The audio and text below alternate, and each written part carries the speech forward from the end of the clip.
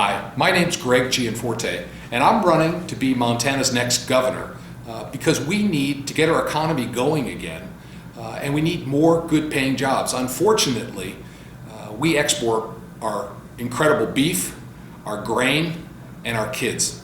My wife Susan and I raised our 4 kids in Bozeman, and 3 of those kids don't live here in the state anymore. My background, I'm a technology guy. I first came to Montana in 1976, and I knew this is where I wanted to make a life. We've raised our family in Bozeman. We've built our business here to be one of the state's largest employers, and my proposition is pretty simple. I believe we need business experience in the governor's office to manage through this economic pandemic we've create more good-paying jobs so that Montanans can prosper.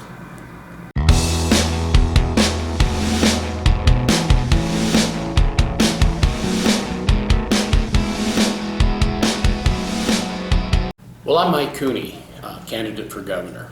I've had the benefit and the pleasure of working for the people of Montana throughout most of my life. They've given me the opportunity to serve them in many capacities, and I've been very pleased that Montanans have always counted on me and have trusted me to do the right thing for them. I'm looking forward to working again for the people of Montana as your next governor. One of the reasons that I'm running is because we're facing a number of crises. We're facing a number of real challenges. One, the COVID crisis. Been working on this since day one, making sure that Montanans have the right PPE and testing materials, and that we are keeping Montanans healthy. We're opening the economy, getting Montanans back to work. I'll continue to work on that as your next governor and get us through this crisis. I've also worked very hard to make sure that we are continuing to support our public education system so our young people can have every opportunity to grow and prosper and do the things that they want to do in life, and also provide the workforce for this great state in order to grow the economy and create good paying jobs and make sure that we got wages that allow Montanans to live the life that they want. To also invest in our healthcare system. I worked hard to make sure that Medicaid expansion was approved in this state, making sure 1 in 10 Montanans have access to health care, making sure that our rural hospital structure is absolutely as strong as it can be, making sure that Montanans, no matter where they live, have access to health care, and protecting our public lands in Montana. Montana, we love to be able to go out and enjoy this clean air, clean water, have the best hunting and fishing anywhere. We need to make sure we do everything we can not to ever let that be put at risk. And as your governor, I'll make sure I continue my fight to protect our public lands. We have a lot ahead of us, we have great opportunity, and I want to be the governor that gets us there. The backbone of Montana's economy is agriculture, and there's an awful lot of uncertainty in farming and ranching, and you can't always get a fair price. I wish I could do something about the weather, but I can't. What I can do is work with this current administration to make sure you get fair prices for your products. I was pleased to work with the Trump administration to get these trade deals in place with Canada and Mexico and Japan and other countries. We need to get this economy going again so you can get a fair price. In addition, I'll use my business experience to be a salesperson for the state of Montana. I've done work all over the world. In our business, 35% of our business was outside the United States, just like you have strong markets there.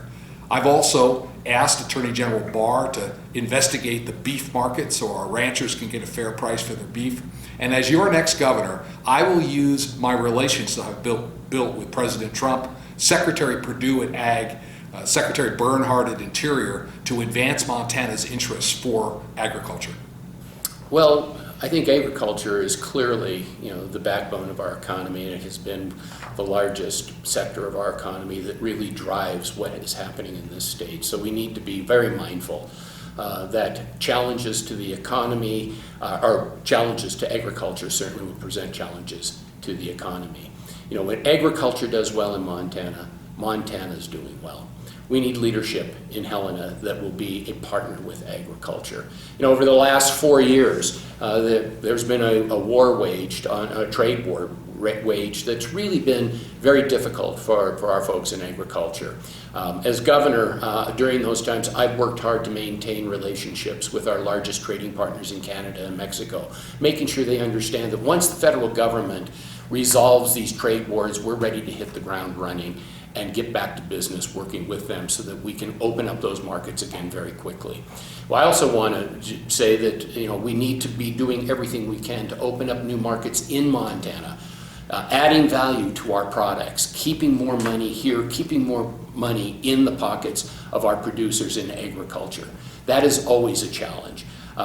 They need a partner in Helena. As governor, I will be a partner with agriculture in Helena. They will have a seat at the table, and we will make sure that as we continue to open up markets, as we look at making investments in agriculture, as we look at opening up meat processing, we'll be doing everything we can to make sure that agriculture has the seat at the table and has a voice at the table when I'm governor.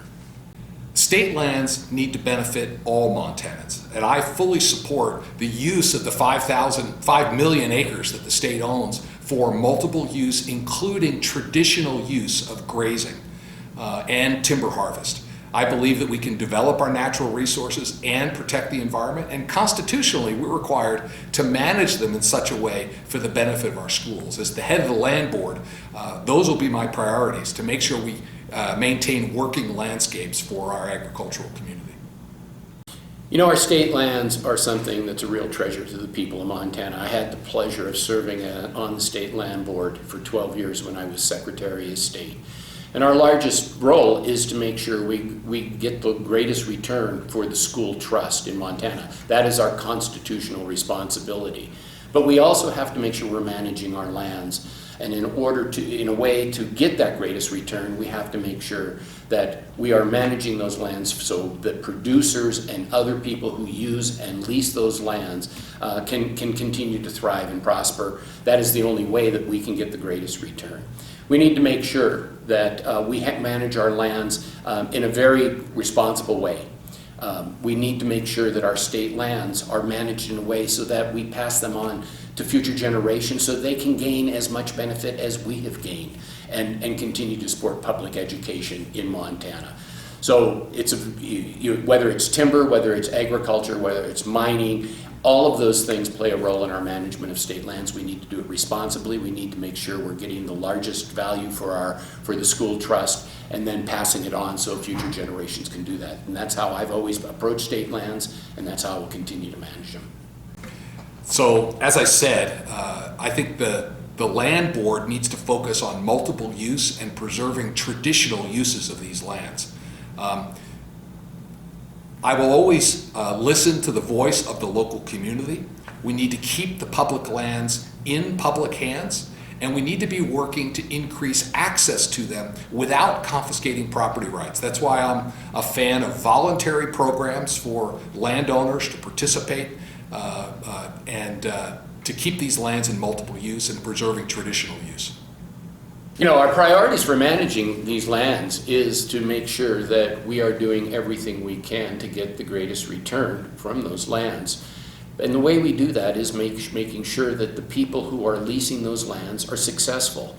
We have a project near Miles City called Angela Farms, where we were able to, through the land banking program that we have in Montana, we were able to take resources from the land banking program, purchase these lands, opening up greater access for people in the area for hunting and fishing, but at the same time making sure that 5 young farm families now have the ability to lease those lands to expand their operation.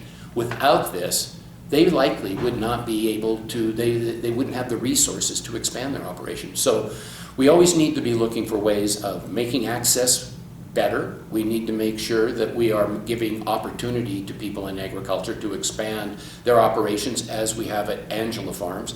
And we need to, and through this program, we can also make sure that we are doing everything to allow farmers and ranchers to consolidate their lands, their private lands, by properly managing and working with private land ownership to make sure that we're giving them opportunities in the way we manage our lands and giving them the opportunity to grow and to make their projects and their businesses very successful.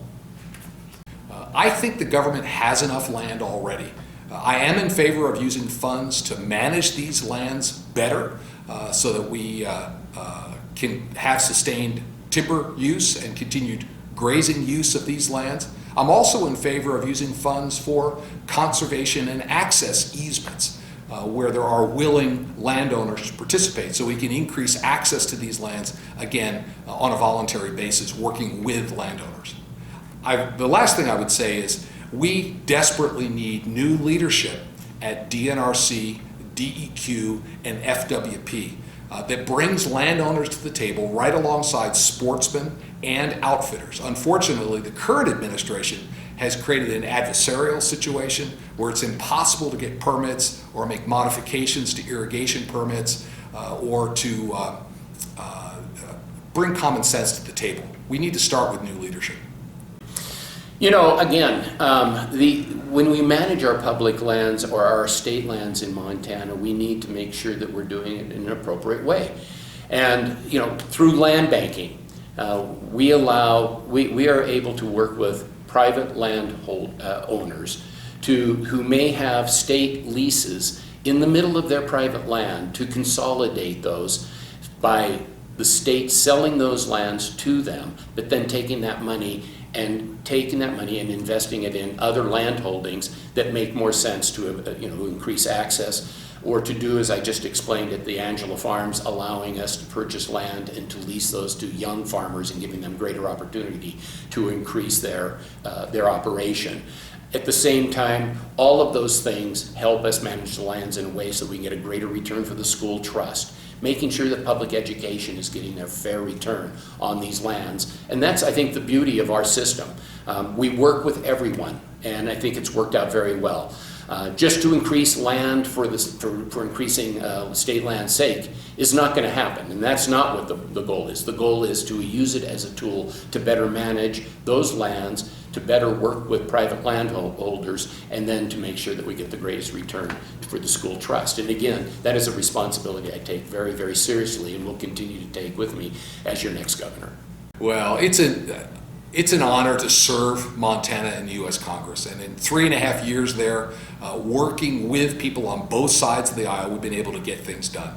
I was pleased that we passed the Farm Bill last year. One of my top priorities was getting additional provisions into that bill that allows the state and local governments to have greater control over managing our federal lands. As your next governor, I'll use those tools, the Good Neighbor Authority that we've expanded in the Farm Bill, the sustainable collaborative stewardship agreements, to bring health back to our forests so they're available for grazing, access, wildlife, create jobs, and be more resilient to fires. Again, my proposition is simple. I'm going to bring business experience to the governor's office to get our economy going again, represent you in our foreign markets, create more good-paying jobs so our kids don't have to leave. Again, I have a record of bringing results to the people of Montana in all of these areas, whether it's healthcare, whether it's agriculture, whether it's management of our state lands. These are things that are very important to Montanans. Managing the COVID crisis, getting through this and making sure people get back to work and we build our economy back up to where it needs to be. These are all things that the next governor is going to have to deal with. I've got a record of bringing Republicans and Democrats together to deal with these issues. And I plan on making sure that everyone has a seat at the table, and we will make sure that Montanans' voices are heard regardless of what the issue is. Once the election's over, the partisan politics ends, and we need to get on with the business at hand, and that's what I plan to do. Thank you very much. I ask for your vote.